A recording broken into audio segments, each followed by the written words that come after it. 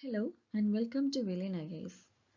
We are about to discuss anthropology optional relevant in civil service examinations. So this is our first lecture and today we are focusing on the syllabus and it is from paper first. So before entering into a syllabus discussion, we can just look on through the basic plans or the tips. So the first one is about the conceptual clarity. If you are a beginner, if you are a pure or complete beginner, you have to focus on the conceptual clarity rather than completing the syllabus or topics. Because at the end of your preparations during the exams, it will be more benefit for you that you can score more marks in your optional anthropology. So the next thing is about the syllabus or topics, which means if you are trying to rule out or studying about means if you are reading the Emperor and Ember, then you have to keep your syllabus or the relevant topics near your study table or near to your book because never go beyond your syllabus. Means you have to stick in on your syllabus and topics portions in order to keep the concise or the precisely. So you have to keep the previous year questions together with you. And if you are trying to make notes, it will be rich and comprehensive. So in short, it will be very useful for your revision time. And also try to keep some A4 size sheet. The first one is for your diagrams. It at the end of study it will be so beneficial for you. And the next A4 size paper, this is for to keep about the tribes from the other world, so it will be very useful for you. And finally you can keep one more another A4 size sheet. It is about the anthropologists names and their works with year of publication of their works. So these three together will enhance your answer writing. Okay, so try to keep this A4 size sheet and for these updations. And you also know that Yojana is there. Sometimes Yojana will cover the tribes, about the tribes. No, it is like a current affair. And also you can keep one more A4 sheet paper to note the current affair portions, means like about some government policies and initiatives and also the recent tribal day. So lots of things are there from the current affair. You can keep this 5 A4 sheet paper. This is for your preparations. And also try to do the previous year questions. This is very useful for your preparations. And finally, about the physical anthropology. Try to do lots of pre-IQ from physical anthropology. This is a static portions and it will gain more marks in your exams. So this is the typical example of your answer writing. So these margins you can see here, you are not allowed to write in these margins, and this is the space here you can only write. So when you start your answer writing, you have to write introduction, definition and criticism. It is according to the questions they given, okay? And if you are writing the introduction, definition and the criticism, you must have to write as a scholarly. Scholarly means you are not the one who is going to criticize the criticize the topics or the subjects they are given. Means you have to write in a way like other thinkers' criticism on the particular subject. And also the definition, introduction. In the definition you have to define a definition which is provided by an anthropologist. And also you have to write some works of the anthropologists and try to write the year of the publications of that particular works. And usually the questions will be for 10 marks, 50 marks and for the 20 marks. So this is a typical example for the words. Means sometimes you can see that write answer for 150 words, 250 words. So this is completely for the beginners, okay? If the repeaters are there, they can easily rule out how the 150 words and 250 words we can calculate. So this is for tough for the beginners how to identify the papers, okay? So if we take one paper This is called one paper, and it have two sides, that is the page 1 and the page 2. So this is typically one paper, so we are just taking it as the page 1, the page number 2. Here we can't write in these margins, you can see that, okay. And also when we are taking the half of this space, here it is the 15 words and it is the 50 words. If we have to write for, in case of GS paper 1, GS paper 2, 3 and 4, we can see that it's commonly 150 words, and also 250 words are there for the 10 mark questions and the 15 mark questions. If it is for the 10 mark questions, then try to rule out that this is 100 words and here comes the 50 words. So in case of 10 marks, you have to write one page and half page. Don't exceed the word limits, okay? So try to write like this. This is certain example for the preparation, means for the answer writing. If you are writing about the criticism, you can draw like that, this way, and you can note the anthropologist's name here, his work and the year of publication of his work. So you can write certain points here, so it will keep your answer so concisely and it will impress the means your examiner. So this will be very beneficial for you. Instead of writing in sentences or like a paragraphs, it will be very tough for the evaluator. So do like this way, and you can add some figures like this. I am just putting an example here, that is the Maslow's hierarchy about the needs of the persons. So like this way you can add your diagrams and also way forward. I'm just putting the way forward here. It is useful in GS paper 1, 2, 3. So you can keep your way forward like this. So you can add different diagrams like this way. You can add comparison charts, and also if you need to write the, or if you need to draw the India, then you can draw like this way too. You can draw like this way. This is Himalayan regions, and this will be very beneficial for your answer writing preparations. We are dealing with a particular concepts, so apart from the main thinker, you have to mention other thinker also, okay. And also try and quote works of other anthropologists also, okay. And you need to work on internet and newspaper to get the good case studies, which is about the, or to illustrate the tribal problems. And also you can get the lots of current affairs from the sources, and which mainly include the new genetic researchers and new schemes which is regarding the tribes and other tribal issues from the world.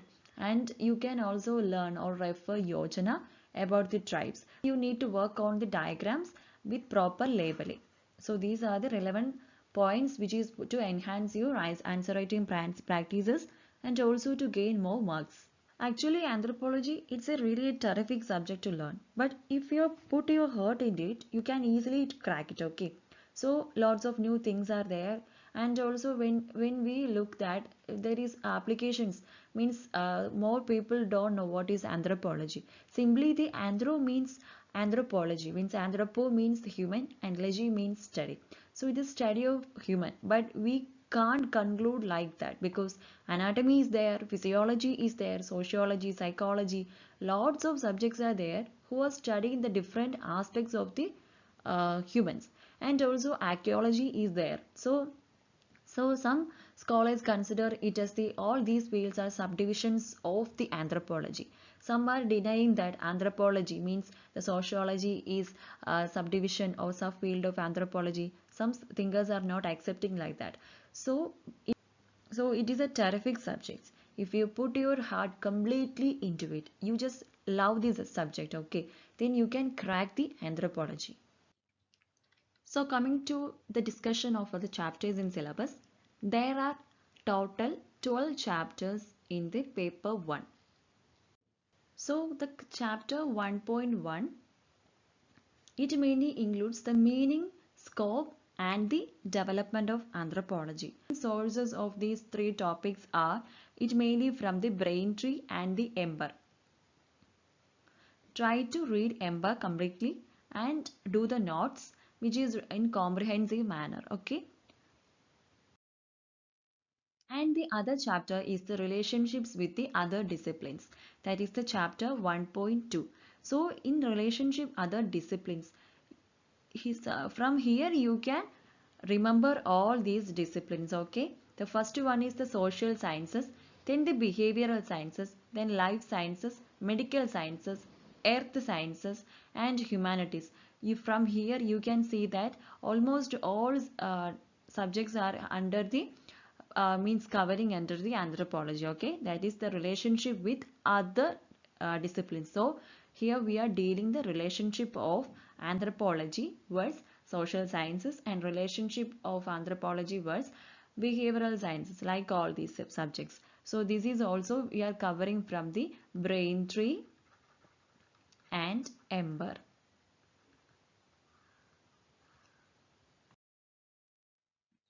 And the next topic is the chapter 1.3, which includes the main branches of anthropology, their scope and relevance. The main branches are the socio-cultural anthropology, biological anthropology, archaeological anthropology, and the linguistic anthropology. So here scope is also there. It mainly includes the historical scope and geographical scope, and relevance is also there. So these three topics mainly cover from the that is chapter 1.1, 1.2 and 1.3. It also cover from the brain tree and from ember.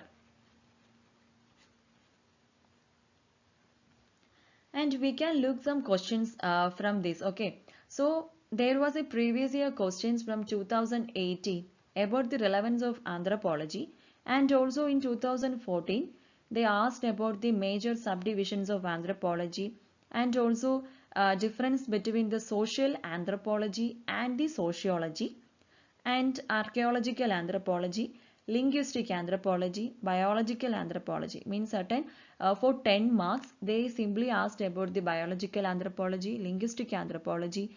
It's very important topics, and more than 8 questions were asked. Okay, so you have to keep a mind on you have to keep this in your mind, and you have to try to do the previous year questions.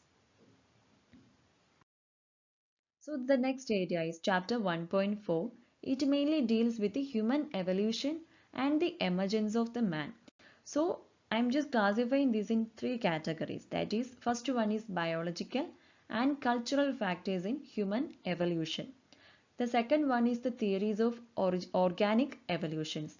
It mainly include the pre-Darwinian, Darwinian and the post-Darwinian, and the synthetic theory of evolution, brief outline of terms and concepts of the evolutionary biology. So certain rules and theories are there. That is the Doll's rule, Cope's rule, Gauss's rule, parallelism, convergence, adaptive radiation, and the mosaic evolution. So these are the important topics which is covering under chapter 1.4. Here the source of books are the brain tree, ember, and the P. Nath. So today we are just only look.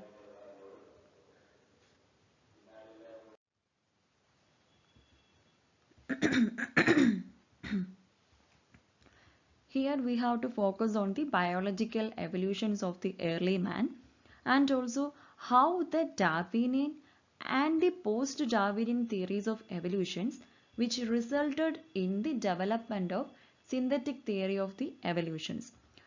And also we have to explain the biological changes that made the human beings which is capable of making cultures.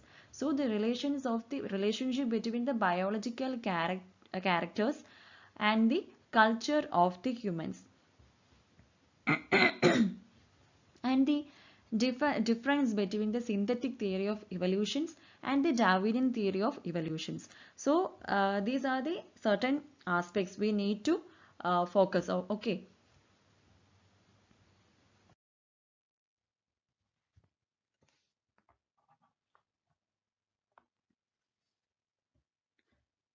And the next one is the characteristics of the primates. Here too, the source of books are the Brain Tree, Peanath, and Ember.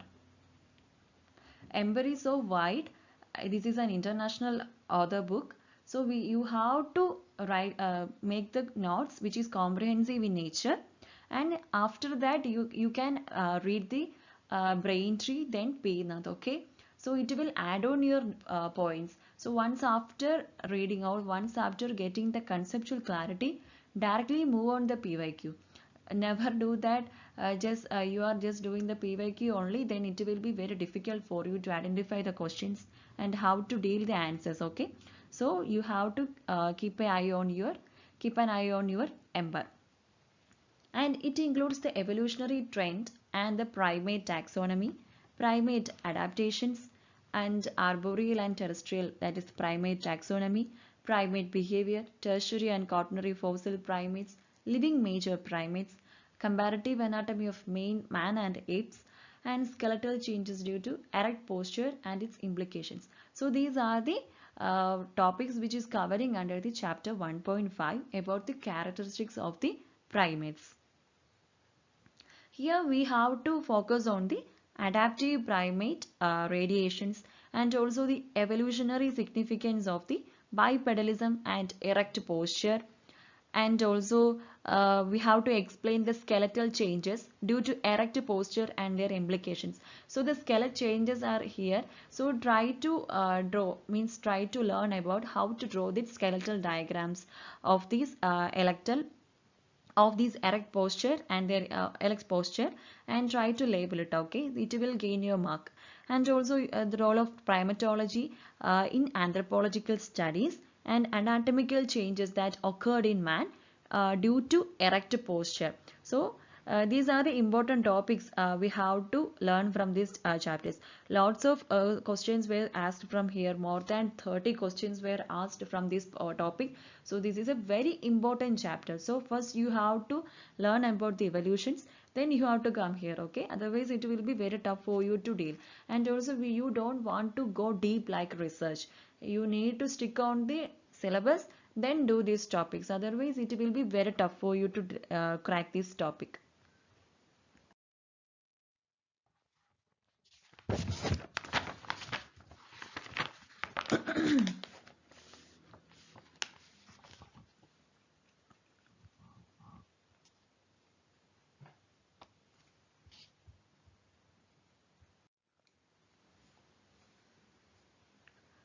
Brain Tree, Ember, and Peanath is also the book sources of from here. And chapter 1.6 it consists of the phylogenetic status. So what do you mean by phylogenetic? So phylogenetic means which is relating to the evolutionary development. Okay, which is relating to the evolutionary development and the diversification of a species or a group of organisms or a particular feature of an organism. So this is all about the evolution, and also the characteristics and geographical distribution of the following. And that is the Pleistocene hominids in South Africa, Homo erectus, Neanderthal man, Rhodesian man, and the Homo sapiens. So these are very important for our exam preparations.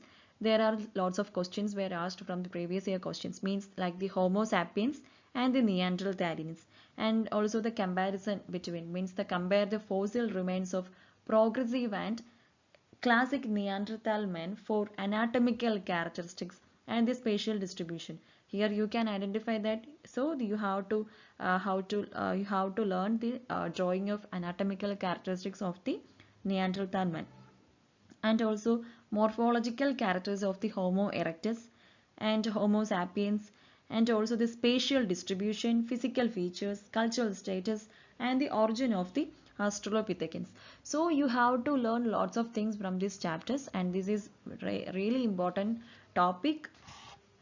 Around 30 questions were asked previously. Okay, so here it mainly consists the source of studies from the brain tree. The topics covering here are the cell, DNA structure and replication, protein synthesis by ribosomes, and gene mutation, chromosomes, and the cell divisions. In chapter 1.7, the important topic is the protein synthesis. So we have to study detailedly about the protein synthesis. In chapter 1.8, the main sources are Braintree and Ember. Braintree and Ember, this is the main source of book for the chapter 1.8. It mainly includes the principles of prehistoric archaeology and the cultural evolution. So in the cultural evolutions, it is from the Paleolithic to Iron Age. So this is relevant, and also the chronology in its relative and absolute dating methods is there. Also a short note were asked about this relative and absolute dating methods. So this chapter is also very important. Here we have to discuss about the megalithic culture of India in the archaeological context. Means we have to write some examples also. And we have to focus on the Mesolithic culture and also associated rock art with examples which is also from India. And relative dating methods is also important, and we have to focus on the Harappan culture, about the town planning. We already know that town planning of Harappan culture.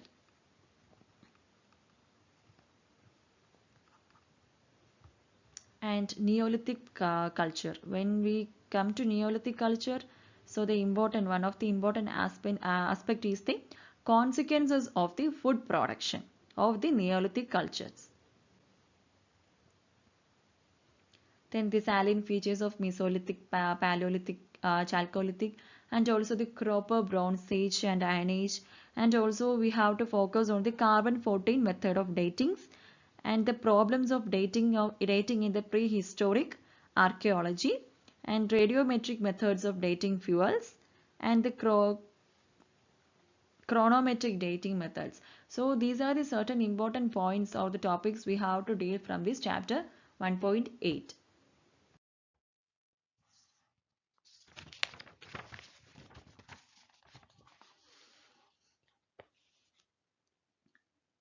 Here also Braintree and Ember is the source of book. It includes the concept and characteristics of the culture and civilization, ethnocentrism and the cultural relativism. So this is the chapter 2.1, nature of culture.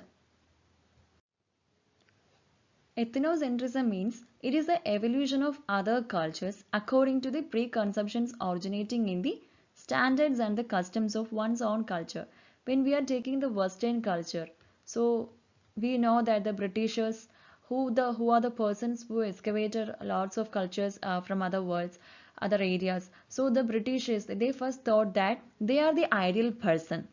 Means the white persons are the ideal ones, and the persons or the people with other color, means the black, they are not the ideal one. So the correct one is the British one. So this is an example of the ethnocentrism. Okay, and also we have to deal lots from this chapter, like the culture as the construct or reality, and how does culture differ from civilization. So the difference between the culture and the civilization, and the characteristics of the culture and their concept, these all are important area. And also the social stratification. Social stratification means it is the society's categorization, means where we are categorizing the people into groups which is based on the socio-economic factors. So economic factors means it like wealth, income. So nowadays we are just categorizing the people like the low class, middle class, high class. Okay. When we know that in India nowadays we are categorizing the people as BPL, below poverty line, APL, above poverty line. Okay, so these are example of the social stratification. And also in name of race also there is also a social stratification is there, and education, ethnicity, gender, occupation, and social status or the derived power. So these are the examples of the social stratification. So we have to study about the social stratification in this chapter and about the social structure. Lots of things are we have to study from this chapter, means from 2.1 and 2.2. Here, that is the concepts of society and culture, social institutions, social groups, and the social stratification. The source of books are Ember and Braintree. So the next chapter is 2.3, that is the marriage. Here the source of books are the Braintree and Ember. So here we have to look on the definition and universality of law. Universality of the marriage means why the marriage is universal, and also the definitions. Here also we have to note about the anthropologists, and some of their works are there. You have to mention that. If it's possible, try to remember the year of publication of that particular works. Okay. And the laws of marriages. So there are 5 laws of marriages are there. First one is the endogamy. So the endogamy, which is also called the in marriage. It is a custom which is enjoined that one to marry within one's own group. So one to marry within one's own group. This is called in marriage. So from here the word you can identify this. Endo means inside. Okay. Exo means outside. That is external. Endo means internal. So this is called in marriage. So this is one of the example of the laws of marriages. And the second one is the exogamy. Exogamy means when the marriage to an outside group is mandated. So this is exogamy group. Here the persons means the one is to mandated to marry from the outside group. So this is called exogamy. And the next one is the hypergamy and hypogamy. Hyper means what? High. Hypo means what? Low. So hypergamy means which refers to woman who marries a man from a higher social class. Here the woman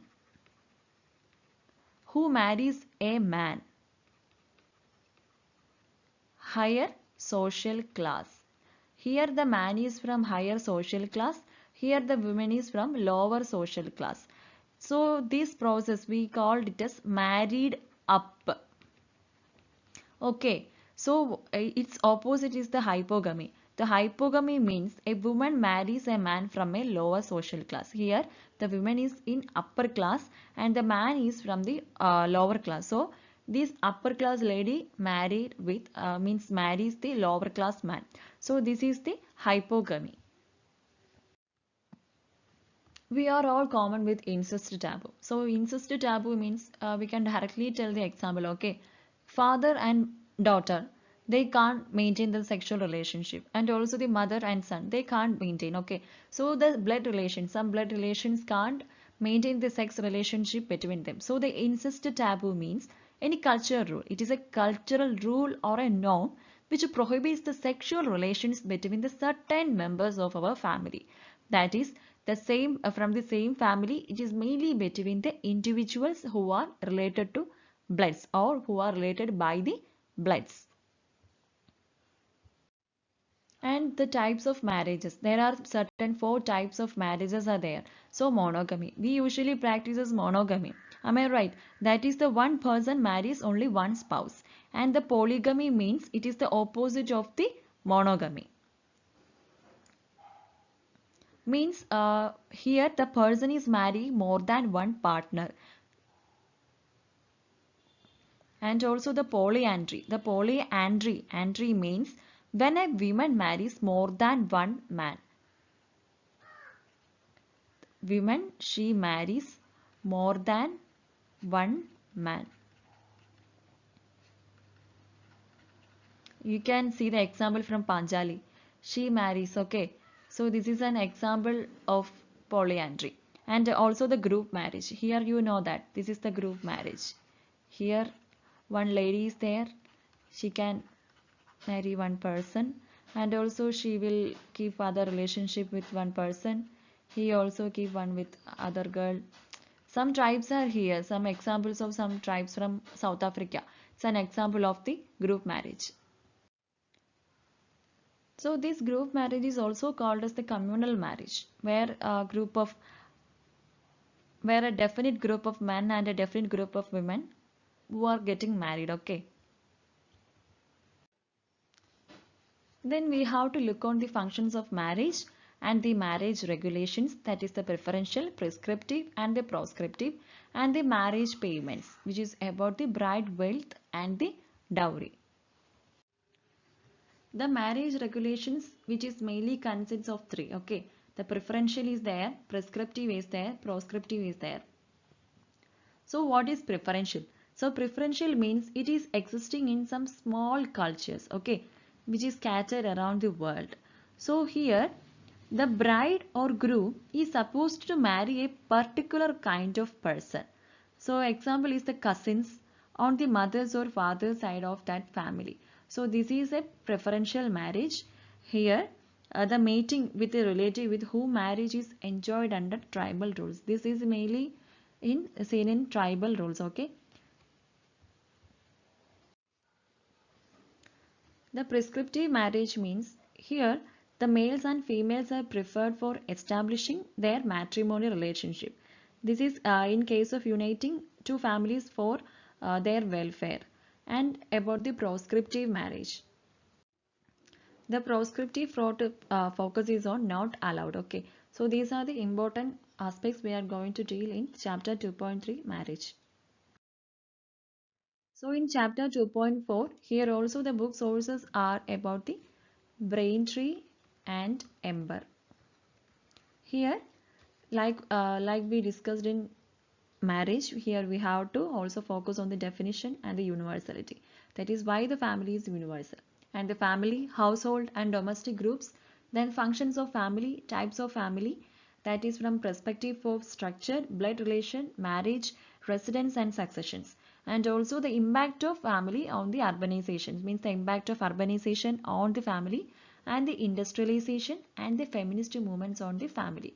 So these are the important topics we are going to deal under chapter 2.4. Here we have to explain the impact of feminization, okay, impact of feminist movements.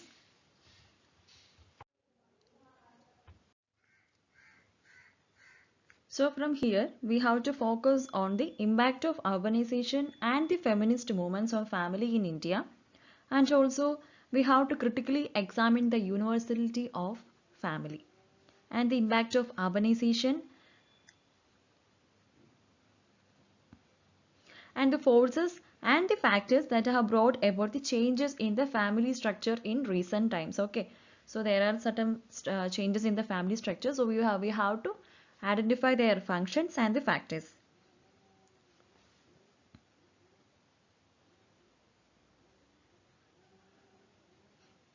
And the comparative account of different types of family in the tribes of India. And also we have to illustrate some examples for to evaluate our answers. So these are the important aspects we have to deal in this chapter.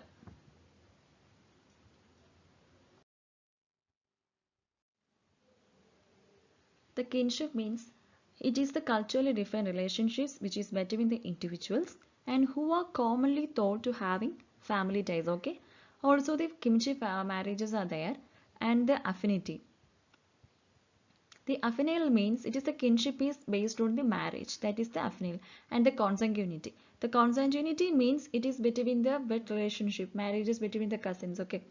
And also the principles and types of descent, forms of descent groups, kinship terminology, and descent, filiation and the complementary filiation, and the descent and alliances. So these are the important topic we have to deal under this chapter. So here also the book sources are the brain tree and ember.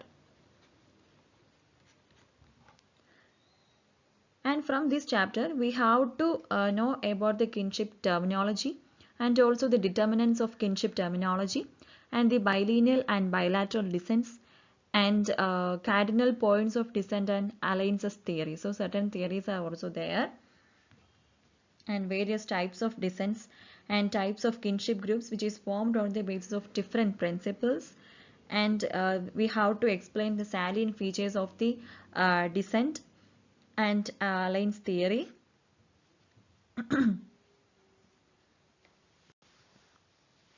And also we have to learn about the difference between the clan and lineage. So these are the important aspects we have to deal. And coming to the chapter 3, that is the economic organizations. So in economic organizations, the book sources are the Braintree and Ember.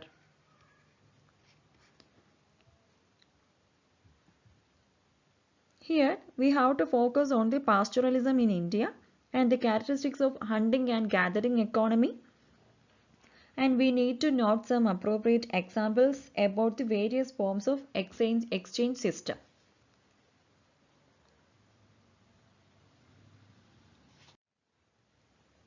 And also we have to discuss about the principles of governing production, distribution and exchange in simple societies.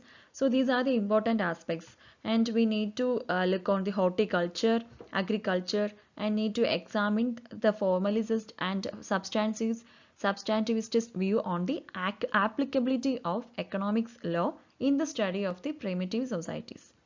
And we have to differentiate between the economics and economic anthropology, that is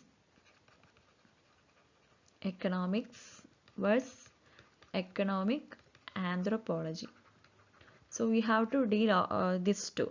And also we need to focus on colouring and the primitive economic organization which have peculiar features, that is relating to the production, consumption, distribution and the exchange. Lots of questions were asked from this area. And we need to define the market and their nature and role of market, that is we need to focus on the market. So first we need to define, then the role, their nature, mainly in the tribal communities. So these are the important areas. Okay. So coming to the chapter 4, that is the political organization and social control. Here also the book sources are the Braintree and Ember. Here we have to learn how is the construction of power linked to the notion of conspicuous consumption and its impact on the distributive justice. And also we have to focus on the customary law function in the tribal society and their different sources. And we need to mention the characteristic features of the band with suitable example. And also we have to differentiate between the state and stateless societies. So this is important. And we have to discuss the nature of law and the justice in simple societies with examples. And also the chiefdom in the tribal society.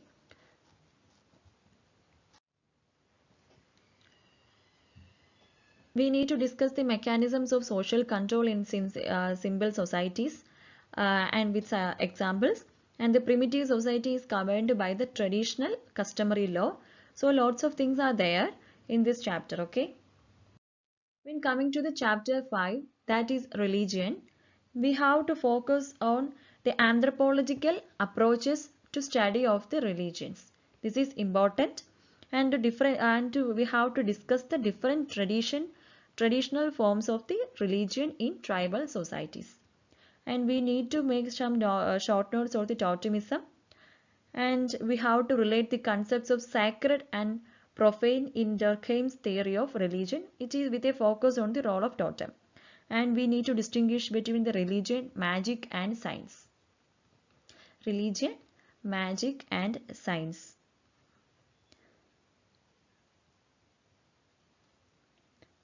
And also the forms of religion in tribal and peasant societies, and magico-religious functionaries. So these are the important points here. And here also the book sources are the Braintree and Ember. Then moving to the next chapter, that is the chapter 6, that is anthropological theories. This is very important in our discussion. There is a elaborated topic in Braintree, and also in Ember. So try to make a different note for the anthropological theories in A4 size sheet paper, and you can keep this, or you can compare this with when studying with the brain tree. Okay, so from Ember you have to write a consolidated or the comprehensive notes about the anthropological theories. Then you have to connect it with the brain tree. So these are the anthropological theories which is covering under chapter 6, that is the classical evolutionism to the postmodernism in anthropology. So next one is the chapter 7. It also covers in the brain tree and Ember. So in culture, language and communication, it includes the nature, origin and characteristics of language, verbal and non-verbal communication, social context of the language uses.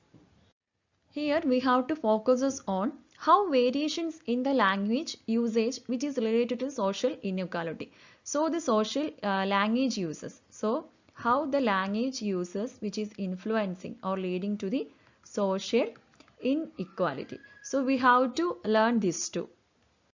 And we have to note the difference between the emic and ethic, and how does the difference derive from the study of the language, and also the relationship between the linguistic and the social cultural anthropology. We already know that the social cultural anthropology and the linguistic anthropology, it is the classification or it is the subdivision of the anthropology or the main field of anthropology. So we can correlate this from our first chapter too. And also we have to critically examine the structure and the content of the language which are influenced by the culture. And also we need to write short notes. There will be chance for the short notes about the non-verbal communication and also the verbal communications. And we need to state some theories which is regarding to the origin of spoken languages in human societies, both from the biological and the cultural point of view. That is theories which is important aspect is like biological and cultural points of view. So these are the important questions or the important topics we have to keep in mind while studying this chapter. Also try to connect this chapter with the first chapter, because there will be question between the relationship between the linguistic and the socio-cultural anthropology.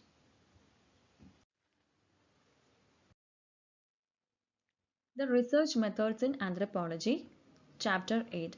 The book sources are here also the brain tree. The major book source is brain tree, and you can also see some points from the Ember while reading. Means scattered topics are there in the Ember. Means it also includes the fieldwork traditions in India in anthropology, and distinctions between the technique, method and methodology. So some tools of data collections. We can see this in Ember too, but in scattered manner. So while reading the book, you can identify that which portion is coming from the chapter 8, that is research methods in anthropology. Okay, here we have to mainly be focusing on the ethnography. So ethnography means it is a scientific description of the peoples and cultures with their customs, habits and the mutual differences. Okay, so the ethnographic example in research means where the anthropologist is they will travel to an island and they try to live with the society for certain years, and then they will conduct the researches and evaluate and identify the processes and the problems, then they evaluate. So and this is an example of the ethnography in the research. Okay, so here also we need to focus on other topics like how have interpretation and the presentation of data changed from the classical to contemporary writing in anthropological texts. So we have to focus on this from the classical to contemporary. Okay, and we have to evaluate the participant observation in producing the anthropological knowledge. So the participant observation means it is the field visit and also staying with or living with the particular community or the society or the tribes where we are planning to take the researches or the studies. So these are the important aspects. Lots of questions were asked from this topic. Around 30 questions were asked from these questions each year. Means from 2004 to 2022. So lots of questions were asked. Okay, so we have to focus on this chapter. And the chapter 9.1 is the human genetics. So human genetics, here you can see good notes from the brain tree and also Ember. Lots of things were written in Ember. You have to study comprehensively this Ember book. This is really important for your exam preparations. So I am just randomly telling Ember. The brain tree also covering this topic. It is a simple manner. And Ember, when you're reading Ember, it will be really a little bit complication for you. But later on, it will be very useful for you. Okay. So it consists mainly of the methods and applications. So in this chapter, we are mainly focusing on the various methods used in the genetic study of the man and the twin methods in the human genetics and immunogenetics and also thrifty genotype and pedigree analysis, genome study, and also we have to discuss the areas in which the knowledge of human genetics can be applied. That is the applied aspect. And also the role of twins in nature and natural problems and and also the natural problems and we have to describe the methods of diagnosis of twins and also how these twins are useful for the study of human genetics. So these are that is the co-twin method. These are the important topics we are taking under this chapter 9.1.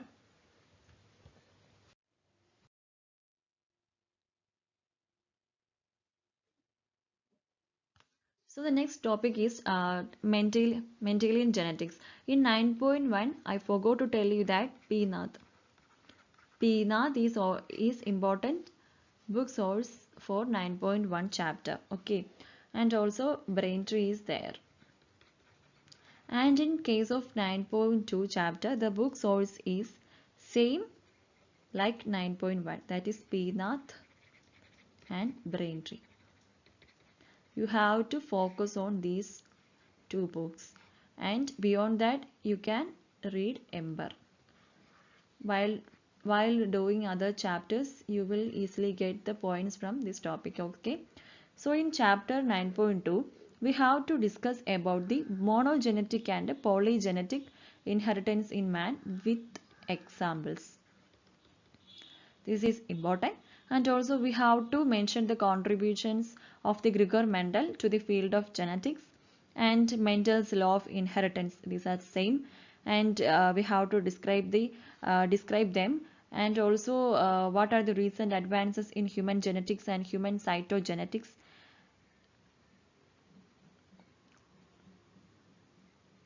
And we have to focus on the lethal and sublethal factors. So all these factors are important, but some questions were asked in test points. Okay. So the next topic is chapter 9.3. Here also the book sources are P. Nath, Braintree. For additional point you can read from Ember, but little points were there, not much. So in 9.3 we have to focus mainly on the genetic drift and also how do marriage rules which impact the gene pool of populations, that is gene pool. We have to focus on the genetic drift as well as the gene pool and the mutation in evolutions. The implication of mutation. Mutation means what? It's a sudden hereditary change is called a mutation. So we have to focus on the mutation too. And we have to study about the Hardy-Weinberg law. This is very important. Then the Mendelian populations. We have to critically discuss about the Mendelian principles and also their applications in the human populations. And we have to deal about the genetic polymorphism and the factors affecting gene frequencies among the human populations, genetic load in a populations. So these are the important areas. We have to discuss all the topics from these portions. Okay. So we try to keep your syllabus always with you while preparing for these topics, while preparing for all the topics in your optional paper.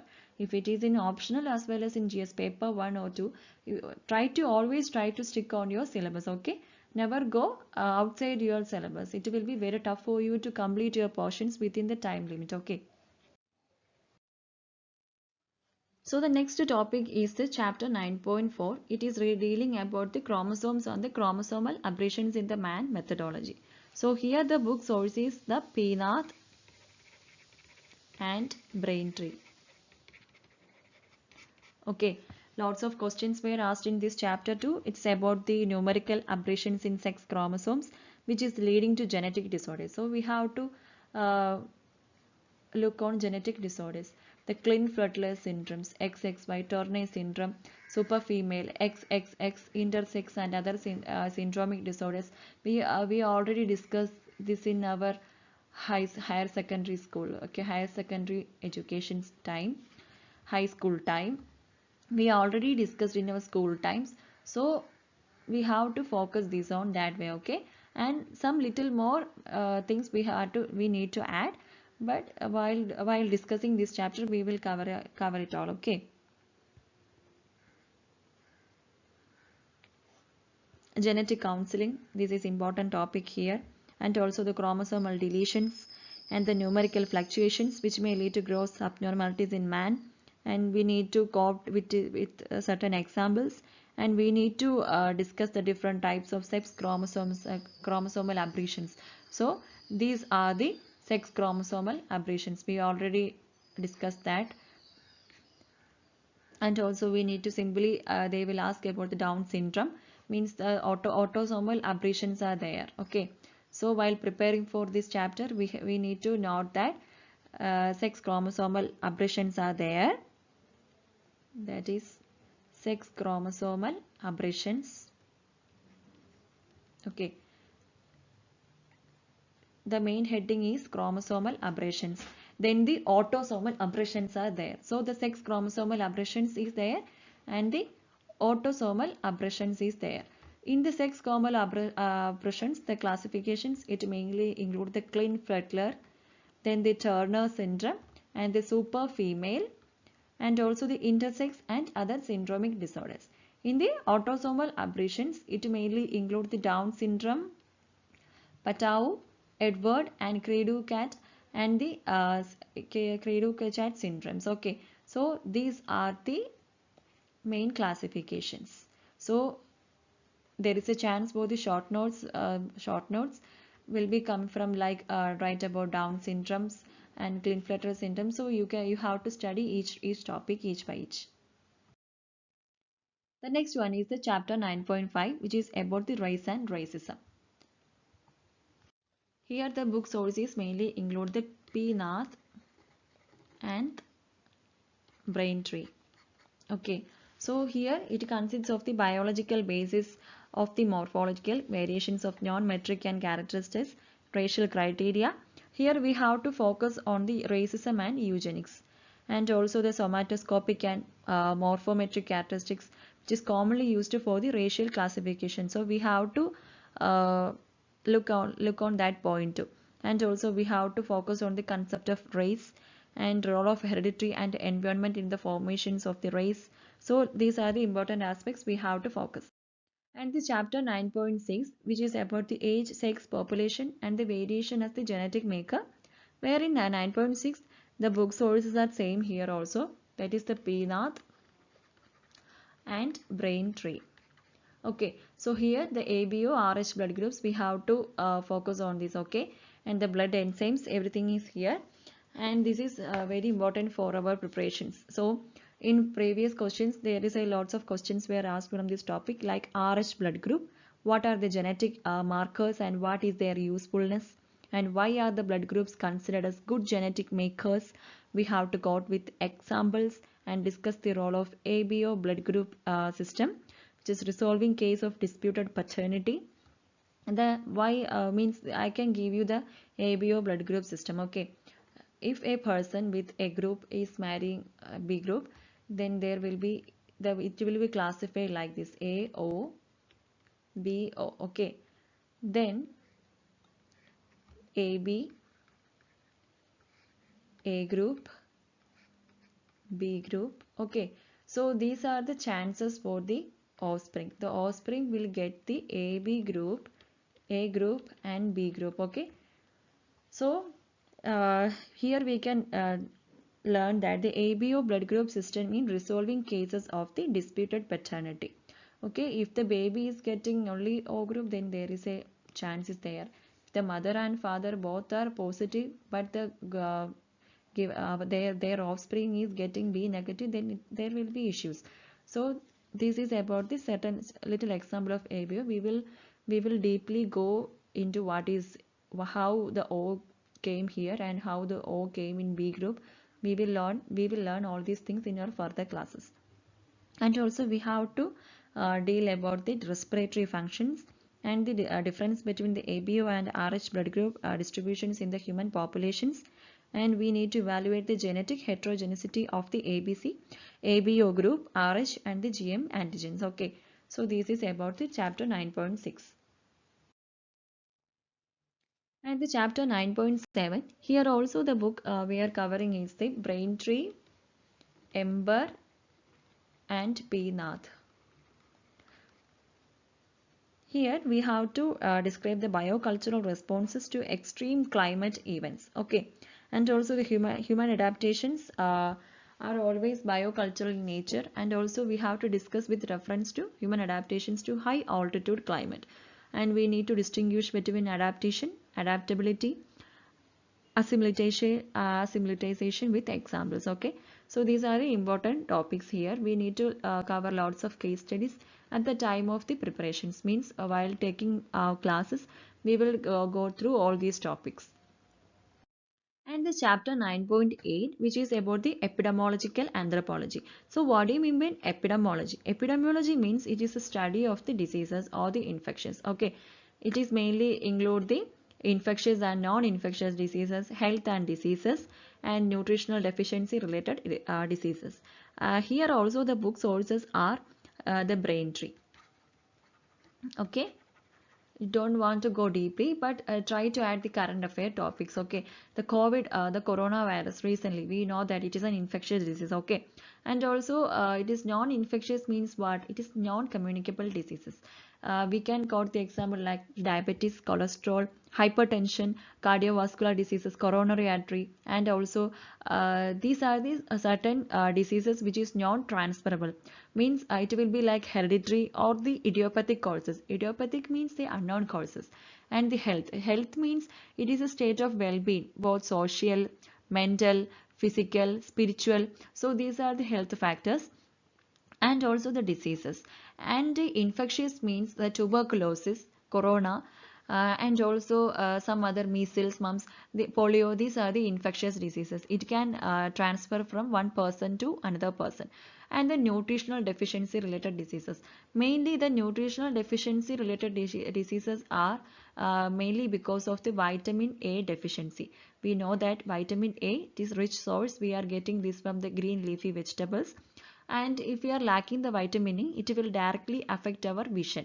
So we will lose our eyesight, and also the malnutritions are there, protein energy malnutritions are there, chlorine deficiencies are there, iron deficiency anemias are there. So these are the examples of the nutritional deficiency related diseases.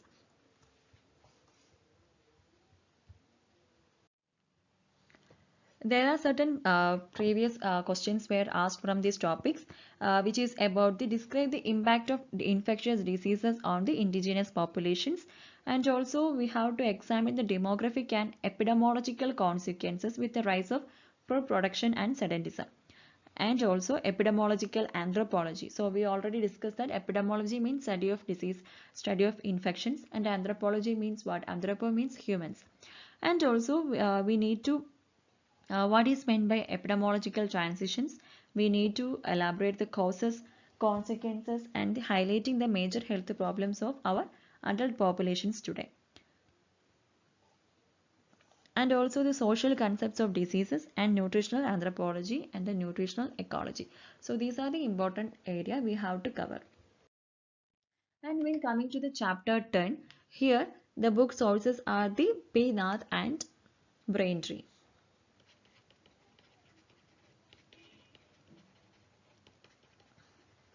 Okay, here the stages of growth. We know that natal, infancy, childhood, adolescence, maturity, senescence.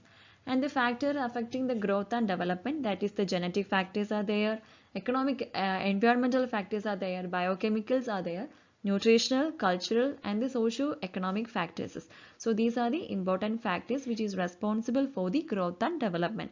And the aging and senescence, we need to observe some theories and observations, and the biological and chronological and human physics and somatotypes and methodologies for the growth studies. So these are the important topics. This is covering under the chapter 10. So this is somewhat like the pediatric topic is covering, and also geriatric topic is covering. Okay, I'm just simply saying this way, means now you can understand anthropology. It covers all the aspects of human life, that is medical science, life science, environment, it cover the anatomy, means archaeology, physiology, psychology, sociology, everything we are covering, and also social cultural factors, and also the languages. So finally we are again here about the human growth and the development, that is the prenatal, natal, infant, childhood, adolescence, mature and also maturity.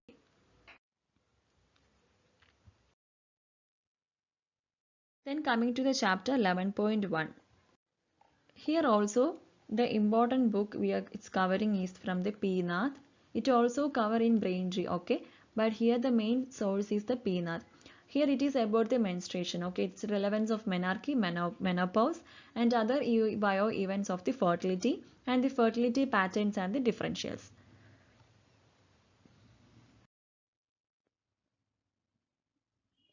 And the next one is about the chapter 11.2. That is the demographic theories. So the demography means what? Demography means it is a study of the population. So the demographic theories that are mainly covering are the biological theories, social theories and the cultural theories. So the 11.2, this chapter which is covering under Pnath. And the chapter 11.3, the main book source for the chapter 11.3 is also the Pnath. It mainly includes the biological and the socio-ecological factors which is influencing the fertility, natality and the mortality. Okay, so we have to mainly discuss about on the age at menarche and also bio events of fertility and demographic transitions. So I'm just telling you about the 11.1, 11.2 and 11.3. The main important topics we are taking togetherly are the demographic transitions, fertility and distinguishing between the terms like fertility and fecundity, and also the factors influencing them, and age at menarche and also the biological and socio-cultural ecological factors which is affecting the fertility and mortality. Okay, the mortality means what? It's death. Okay, and morbidity means it is the infections. And the chapter 12, it is the last chapter discussing about in the paper 1, that is the applications of the anthropology. So in the applications of the anthropology, it mainly deals about the anthropology of the sports, nutritional anthropology, and also defense and other equipments, forensic anthropology, and the personal identification and reconstruction, where the methods and principles are dealing. Also the applied human genetics. In applied human genetics, it mainly deals about paternity diagnosis. Paternity is about the father. Okay. Genetic counseling, eugenics and DNA technology in diseases, medicine, serogenetics and cytogenetics in reproductive biology. So these are the important applied anthropology part.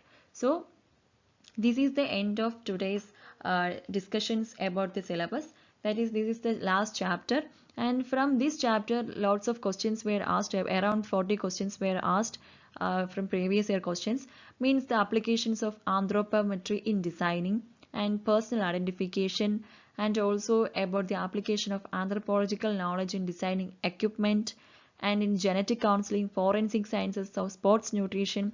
So lots of questions were asked in these chapters. So we have to look thoroughly about this chapter. I hope you will all watch the further videos or the further lectures we are uploading for the anthropology class. Our next lecture will be about the chapter 1.1, 1.2 and 1.3, and further from that onwards we are just taking the lectures for anthropology options as well as for the paper 1 and paper 2. So kindly subscribe to our channel and hit the bell icon for the notifications, and thank you so much.